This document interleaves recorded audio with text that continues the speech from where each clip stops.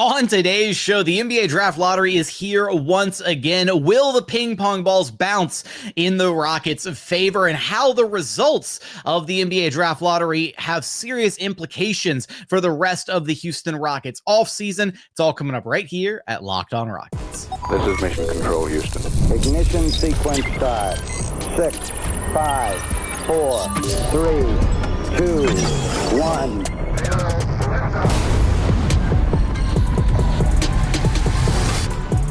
What's up, and welcome to another edition of Locked On Rockets, your daily podcast home for everything Houston Rockets basketball. As always, I'm your host, Jackson Gatlin, native Houstonian and credentialed media member. I'm also the host of Locked On NBA Thursdays. Be sure to follow along wherever you listen to your podcasts, or on YouTube, just search Locked On Rockets, where the best way you can help us grow our show is to listen every single day on a podcast platform of your choosing, and then like, comment, subscribe on YouTube. Now, today's episode is brought to you by Monarch Money. Take control of your finances with Monarch Money. Use code LOCKEDONNBA at monarchmoney.com for 50% off of your first year. And as always, thanks so much for making Locked On Rockets part of your day every single day, whether it's on your way to work, on your lunch break, in the gym. Thank you so much for being an everydayer. All right. NBA Draft Lottery, it's that beautiful time of year, and the Houston Rockets, for the fifth straight year, have an opportunity to maybe make some noise in the lottery, courtesy of the Phoenix Suns pick that they own, thanks to Rafael Stone and his little switcheroo swap around of the Brooklyn Nets picks to acquire the Phoenix Suns picks. So the Rockets currently hold the 9th pick in the draft lottery by way of the Phoenix Suns. We're going to navigate we'll get into really quickly kind of a refresher on how the lottery works, the percentages, where that pick is likely to end up for the Rockets, where it may end up, all that good stuff. And then we'll follow a couple of the different pathways, right? What does it mean for the Rockets if the pick jumps into the top 4? What does it mean if it stays put? All those kinds of things. So let's just start with first off, just the sheer numbers. So they have the 9th pick in the lottery, which likely means that it winds up as the 9th pick. However, they had the 9th pick last year, and it jumped all the way up to number 3, courtesy of Brooklyn Nets. So maybe the Rockets get some fortuitous draft lottery luck once again, and they land another top 4 pick. Because again, landing Reed Sheppard last year was incredibly exciting after going 41-41 and not really expecting to walk away with another top 4 draft prospect. So keep in mind, right, the Rockets have had Jalen Green, number 2, Jabari Smith Jr., number 3, Thompson, number 4, and then Reed Sheppard, also number 3. So they've had 4 top 4 draft picks throughout this rebuilding process, even though they weren't expecting to get the Reed Sheppard pick all the way up there. So maybe, even though they're not expecting another top 4 pick, they luck out and they get another one, right? So they have a 50.7% chance of it just staying at number 9. They have a 28.3% chance of it being bumped down to number 10. And that means if somebody else behind them jumps up in the lottery pecking order, right? If a team behind them, meaning the Blazers, the Mavericks, the Bulls, the Kings, or the Hawks, if one of their picks jumps into the top 4, then the Rockets get pushed back a space or potentially multiple spaces, because that pick could also become pick number 11, which is a 3.5% chance, pick 12, which is a 0.1% chance, and then pick 13, which is a greater than 0% chance, but it's so minimal that they just have it listed as 0.0% chance. Now, the odds that really do matter here are the collective odds for the Rockets pick or the Suns pick coming to the Rockets, jumping into the top 4. They have a 17.3% chance overall of the pick jumping into the top 4, a 3.8% chance at number 1, a 4.1% chance at number 2, a 4.5% chance at number 3, and a 4.9% chance at number 4. So that you add all those percentages together and you get a roughly 17.3% chance that the pick jumps from 9 all the way into the top 4. And I'll be completely honest here. And this is probably me being incredibly greedy, given where the team is at, how much they did succeed this season, the fact that they have had numerous lottery picks, and this will be their fifth, regardless of the outcome of the lottery, this will be their 5th straight year of having a lottery pick. but I want to get a little greedy here, right?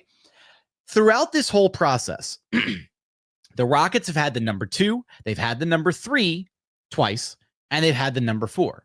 They have yet to walk away with a number 1 overall pick. How crazy a turn of events would it be for that Phoenix Suns pick to jump up and be the number 1 overall pick in a year where the number 1 prospect, right, Cooper Flagg, one of the best, most well-rounded prospects in recent NBA draft memory, could be selected and then immediately brought in and likely be an impact contributor as a rookie? Because the Rockets really never got, I guess, their crown jewel of the rebuild, right? It seems like they were always a little off on one of those guys that has become truly, franchise cornerstone level material. Now, Alperen Sengun has been phenomenal, right? Like, and he's absolutely cornerstone material. Him, Amen Thompson, they've been incredible. Jury's still out on Jalen Green to see what happens with him down the line. But you look across the board, right? And there's guys like Cade Cunningham, all-star, likely all-NBA, selection this season. Evan Mobley, DPOY player. Scotty Barnes, all-star, rookie of the year. Then you go to the next draft, right? Paolo Banchero is the engine for that Orlando Magic team. And Chet Holmgren's playing some incredibly solid basketball as well. And that's not to discredit Jabari Smith Jr. He's just in a much smaller role than those two guys. Fast forward another year, right? And look, Amen Thompson is fantastic, right? But they missed out on Wemby, and Wemby would have been like a generational talent, even though Amen Thompson is going to be incredibly good, right? And he's looking like maybe the best of all the Rockets' top selections so far. And then they got the number 3 overall pick in the Reed Sheppard draft, and we still don't know what the Rockets have with Reed Sheppard. Internally, there's a lot of optimism and very high hopes, and they really believe he's going to be, or is potentially, the highest ceiling offensive player of the core 7. But that being said, we still don't see it yet, and he didn't make an impact as a rookie. So, and that draft didn't really have like a difference maker, a game changer at the top of the draft, right? It was a weaker draft for a reason. So how almost poetic would it be for the Rockets coming off of a season where they exceeded expectations, where they defied all the odds? What if they could defy the odds one more time? What if this Suns pick could defy the odds and jump all the way up to number 1, and then the Rockets land Cooper Flagg, they capture the flag, and then Cooper Flagg gets to become kind of the crown jewel of the Rockets rebuild and all these assets and all these young guys, and then you bring him in, and then you have this absolutely insane front line for years to come of Amen Thompson, Cooper Flagg, and Alperen Sengun. And then you still have all that other young talent to be able to potentially either just you sit on your hands and don't make any moves and you let everybody grow together, or you maybe package a few pieces together and go make a trade for a more win now piece, somebody that can come in and help address a couple of the problems that this Rockets team had offensively throughout this past season. It's incredibly exciting to think about. And that's what makes the NBA draft lottery fun, right? Is you're going to be watching live, and the draft lottery does take place at, I believe, it's 7 p.m. Eastern time. So it'll be 6 p.m. Central if you want to tune in and watch it live and see what happens with those picks. We're also going to be hosting a thing for Locked On NBA live on YouTube, where it's like Survivor style, where you get kicked off the island after your pick is announced. So if the Rockets pick does jump into the top 4, then I'll be one of the finalists, kind of hanging out and seeing how it all plays out. But definitely swing by, come hang out with us for that. But I do want to talk about kind of the different pathways here. What does it look like if the Rockets pick does jump into the top 4? What does it look like if it stays put? And what options do the Rockets have? And how does that impact the rest of their decision-making this offseason? We're going to get there in just one moment. First, today's episode is brought to you by DoorDash. NBA fans, you know what time it is. Playoff season means big performances and even bigger rewards. DoorDash is bringing the heat with a slam dunk deal for Dash Pass members during the 2025 NBA playoffs. It's called They Swoosh, You Score. Anytime a player drops 50 or more points in a playoff game, Dash Pass members score a free 3-piece crispy tenders combo from Wingstop the very next day. You heard that. 50-piece means a 3-piece for you. Just place an order of $20 or more. Use the code Wingstop50 at checkout, and that combo is yours. Crispy, delicious, and totally free. Offer valid noon to midnight the day after the game. Terms do apply. What's your go-to move after you watch an epic playoff performance? Are you ordering wings and reliving the highlights? Imagine being rewarded with free food just because someone went off for 50. So here's the play. Sign up for Dash Pass to unlock this and more exclusive deals all season long. When any player scores 50 plus in a playoff game, Dash Pass members can grab a free 3-piece crispy tenders combo from Wingstop the next day. Remember that, 50-piece in a game, 3-piece for you. With a $20 or more order, code Wingstop50. That's Dash Pass, your door to more savings, more flavor, and more ways to win. Terms apply. And continuing on here at Locked On Rockets, your daily podcast, home for everything Houston Rockets basketball. All right, so we're going to focus here on this segment about what does it look like, right, if the pick jumps up into the top 4, but if it's not number 1, because again, and not to completely rule out the possibility, like, you know, because I can already hear Rafael Stone saying stuff like, oh, well, we'll explore our options, and we, you know, all that lawyer speak. If they get the number 1 overall pick, they're taking Cooper Flagg. That's like consensus. It's going to happen. Now, what happens if they don't get number 1, but if they land at 2 or 3 or 4? That's where things get really, really interesting. And I'm going to preface this by saying that I have watched very little college hoops or done very little draft prep this season because the Rockets were not a bad team this year. It was my first year not having to do a bunch of draft prep, and it was actually really, really, really nice. But we are pivoting hardcore here, and we'll start focusing on draft scouting reports and things of that nature coming up in the not so distant future. But I also didn't want to dive like super deep into it and like start focusing on all the guys at the top of the draft, because it's like, if the Rockets pick lands at like 9 or 10, then, you know, kind of is what it is. But that's where I think it presents a really interesting possible set of outcomes, because if the pick lands at 2 or 3 or 4, are any of those other prospects not named Cooper Flagg? And I'm asking you, dear listener, viewer on YouTube, I want your thoughts in the comment section. If you've been paying attention to college ball, if you have some thoughts on these prospects, you know, at the top of the draft, please enlighten me. But is there a prospect that should be an absolute lock? Okay, we got pick number 2. We have to draft XYZ guy, right? We have to take Harper, or we have to take Edgecombe or Ace Bailey or whoever, right? Is there a prospect that is on that same level in your mind looking at this draft, where it is a slam dunk, you got to take them, and you just figure out the rest later on? Or are the Rockets then in a position where they could trade that pick, right? Where they have a huge leverage play that they could make? Because again, I really don't know. Cooper Flagg is a done deal to me if they get number 1, and I feel very strongly in saying that the Rockets would feel the exact same way internally, that they would make that selection and then figure out the rest down the line, kick the can down the road another year or two, and likely still be incredibly competitive, but not really ready to compete at the highest level until Flagg was developed and, you know, a little bit, gets his NBA bearings around him, that kind of thing. Because it's important to keep in mind here, right, that rookies very rarely come in and make an immediate impact, right? And so that's the hard part for the Rockets is there one of these guys outside of Flagg at the top that has that level of impact or could have that level of impact on the roster? And I think the really interesting thing here is this is the Suns pick, right? And the Suns have done all this posturing of like, oh, they want to retool around Devin Booker and they have no intentions of trading him. And they fully intend on trading Kevin Durant to the highest bidder this offseason. But like KD wanting out is the worst kept secret in the NBA at this point. And so they don't have exactly a ton of leverage, because wherever KD gets traded to, it's going to be the destination that he intends to stay at for another couple years, because he's extension eligible. So whatever team does ultimately trade for KD is going to be on the hook for signing him to an extension for at least a couple more years. Now, I'm not worried about 37-year-old Kevin Durant, because fact of the matter is his game is going to age very gracefully. He's a knockdown shooter.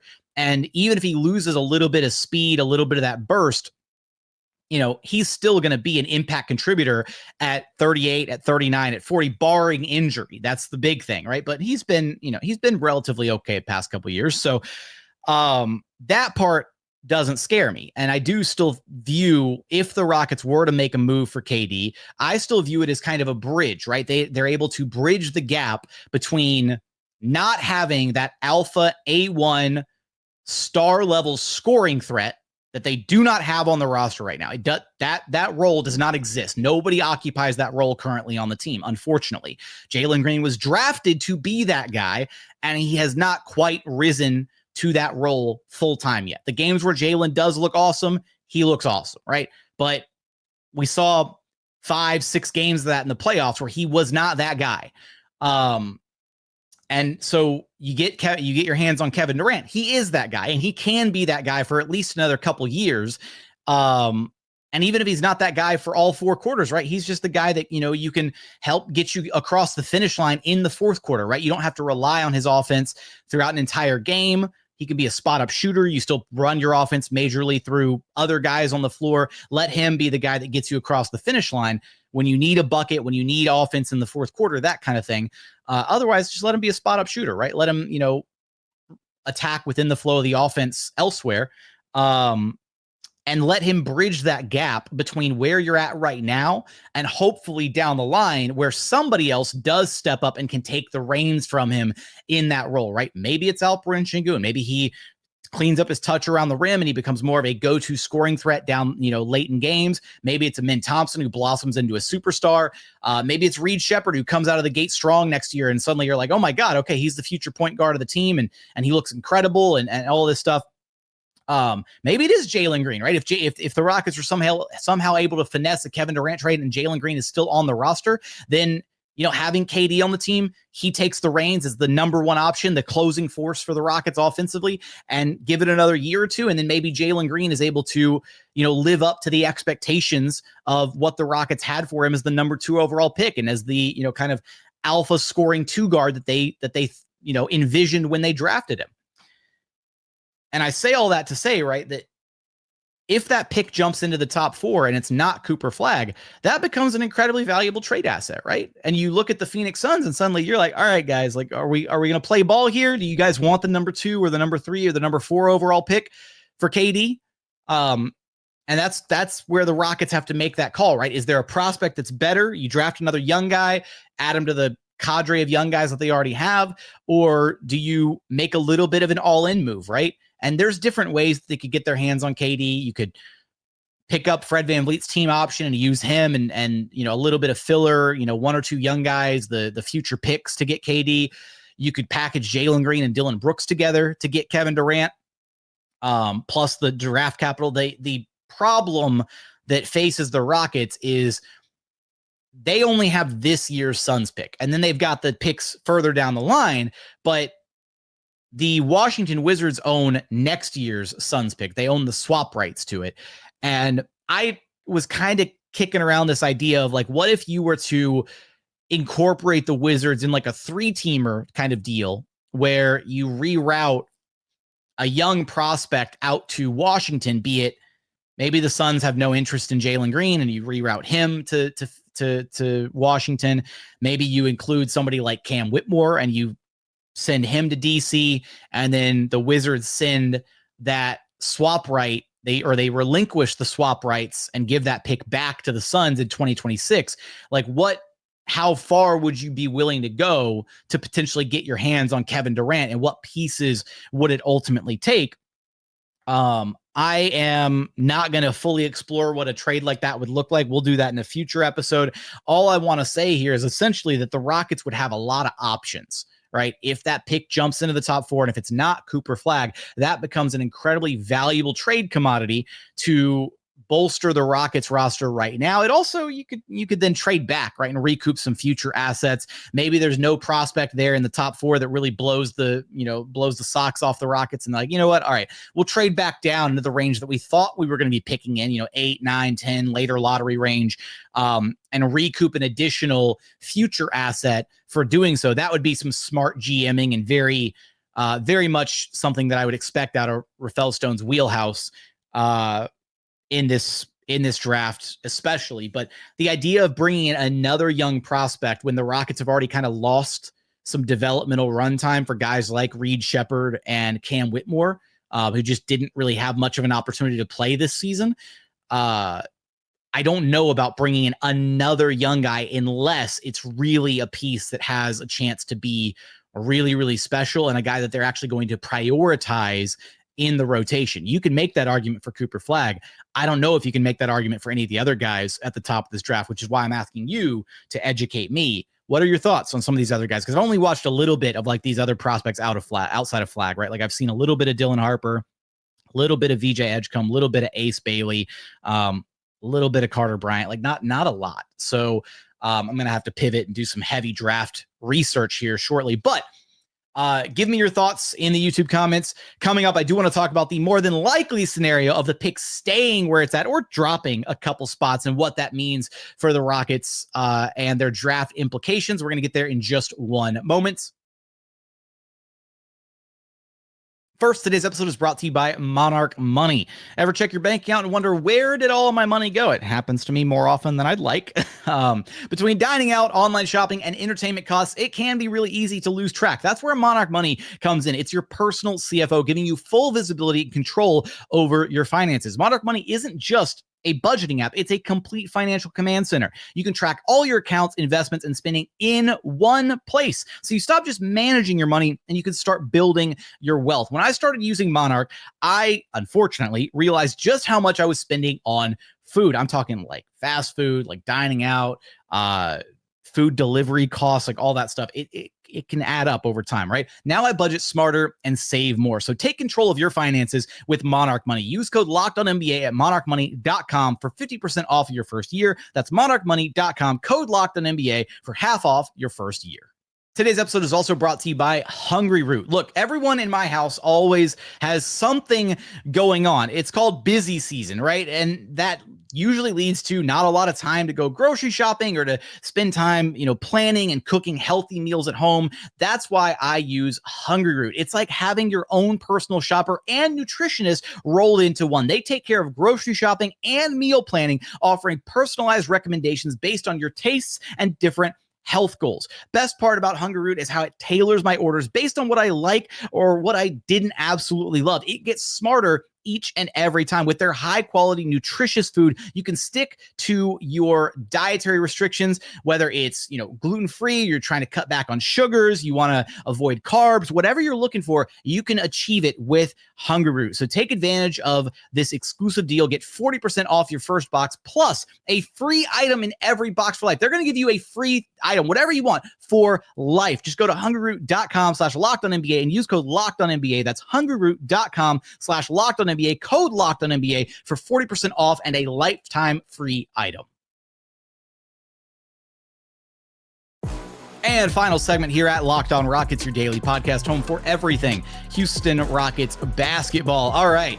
So the more than likely outcome, after kind of exploring like, okay, what would it look like if the Rockets did jump into the top four, right? Kind of the angles to consider there. The more than likely outcome is the pick stays at number 9, right? Or even bounces down a couple spots to 10 or 11.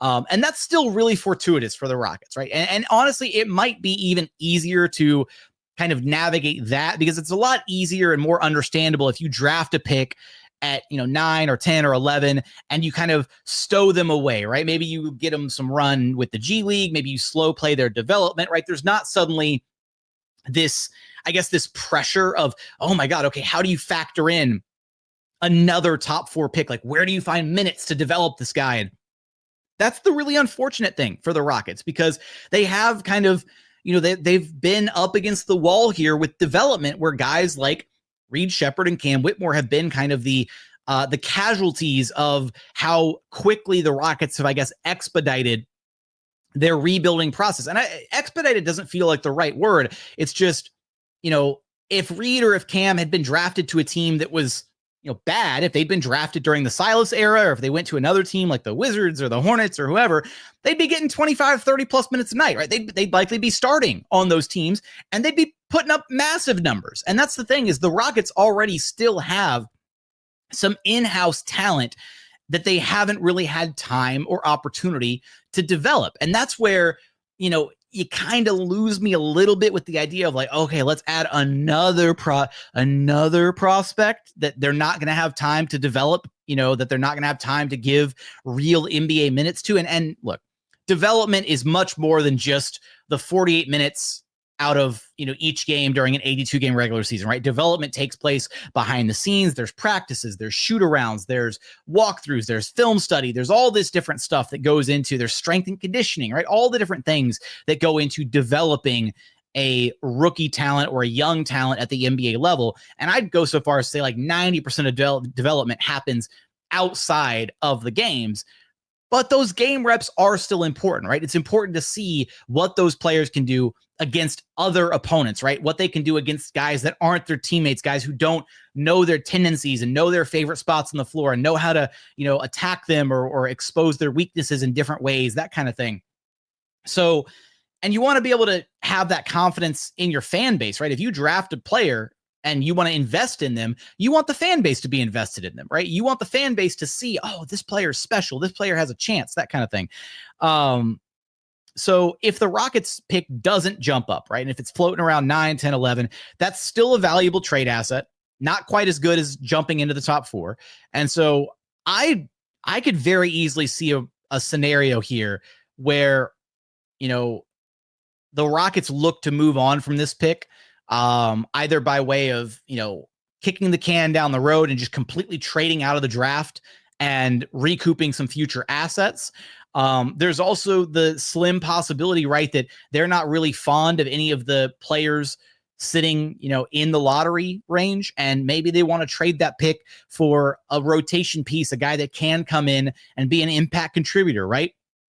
I don't have my eyes set on anybody in particular, but there's different guys that you could, potentially envision, like looking at some of the bad teams floating around, right? Teams that are, also kind of more or less in that lottery range and kind of on the come up and would maybe like another bite at the apple of drafting like a young player.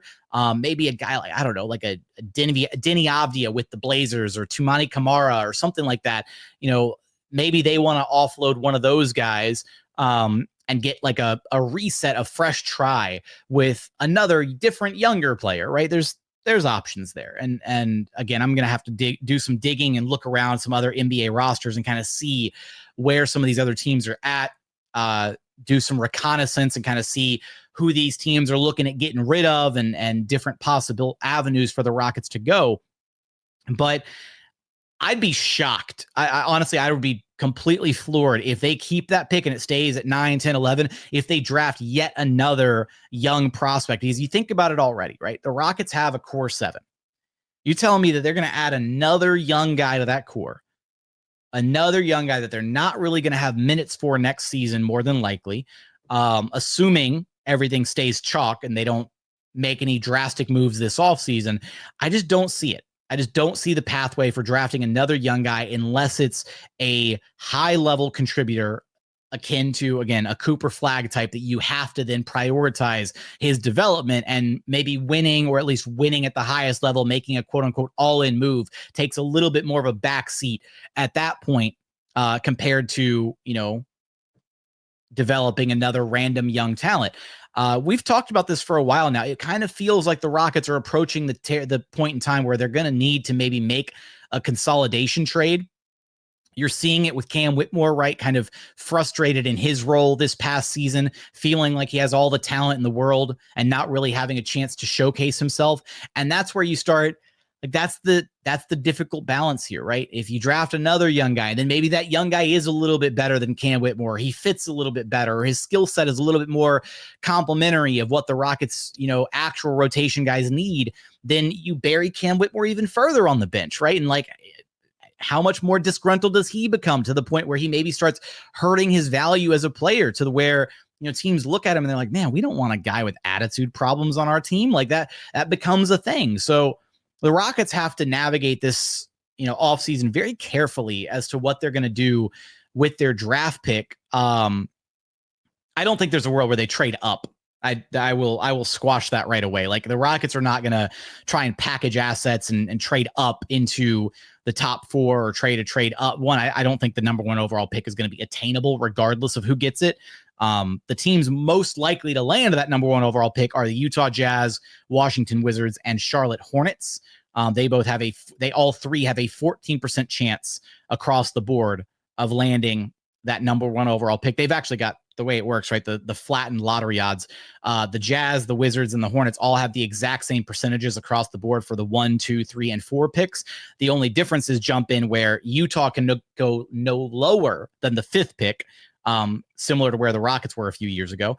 The Wizards have a chance at 5 or 6, and the Hornets could find themselves falling all the way down to 7 if things break very poorly for them. And then the Pelicans have the 4th worst odds mixed in there. Philly at number 5. Yeah, I mean, it's going to be interesting to see what happens with this lottery. Before we get out of here, we're going to have to run. I'm going to run a couple Tankathon sims. I'm going to do 3. How's that sound? We'll do 3 spins, and of those 3 spins, we'll see what happens with that Rockets pick, where it ultimately ends up, who wins the Cooper Flagg sweepstakes, all that good stuff before we shut this one down. So let's start spin number 1, and I should have set this up to where I could like screen share or whatever, but I did not do that, so that's my bad. So here we go. Spin number 1, and it stays chalk. Rockets at number 9.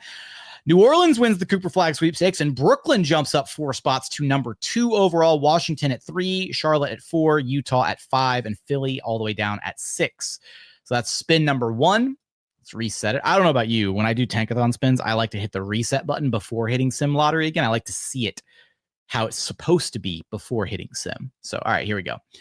Next spin. And all right, still number 9 for the Rockets. It stays chalk at the top. Utah wins Cooper Flagg. Washington number 2. San Antonio jumps up 5 spots to number 3. My goodness. And then everybody else drops 1 spot after them. That sucks. Don't want to see the Spurs get another top pick. All right, final spin. Maybe this will be the one for all the marbles. Maybe this will be the one where we get really lucky. Come on, 17.3% chance at jumping into the top 4. Let's go. What do we got? And Sim. Okay, even worse. Well, Washington gets number 1. Brooklyn gets number 2. Sacramento gets number 3. My goodness. Talk about a franchise that doesn't deserve another shot at a star player. Utah falls to 4. Charlotte to 5. New Orleans to 6. Everybody drops down a couple spots, right? The Rockets pick fell to 10 on this spin. So maybe this is like the perfect counter jinx because I didn't land, a top 4 pick on the show. Maybe it means we'll get a top 4 pick during the actual NBA draft lottery. But with that, I am very curious your thoughts. What are you hoping to see out of the draft lottery? What are your breaking points, right? What's the point where, if it's the number 2 overall, you want this player. If it's number 3, you want this player. If it's number 4, you're like, go ahead and trade it. What are your breaking points for what you want to see the Houston Rockets do with this pick overall? Let me know your thoughts in the YouTube comments. Remember, the best way to help us grow the show is to listen every single day on a podcast platform you're choosing. Like, comment, subscribe on YouTube. But as always, thank you so much for watching. Thank you so much for listening. And we look forward to having you back right here at Locked On Rockets, your daily podcast home for everything Houston Rockets basketball.